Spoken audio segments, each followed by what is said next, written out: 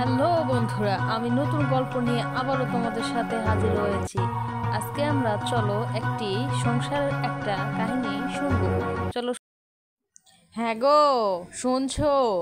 সংসারে তো কিছুই নেই, চাউল ডাউল তেল নুন কিছুই তো নেই। কি রান্না করব বলো তো দেখিনি। ওহে গিন্নি, ঘরে যা আছে সেটাই হাঁড়িতে বসিয়ে দাও। আমি তো কাজের চেষ্টা করছি, কাজ না পেলে চাউল ডাউল তেল এগুলো কিভাবে আনবো? তুমি কেন বুঝতে পারছো না? আমার কাছে কোনো টাকা পয়সা কিচ্ছুটি নেই, থাকলে তো আমি সব নিয়েই আসতাম।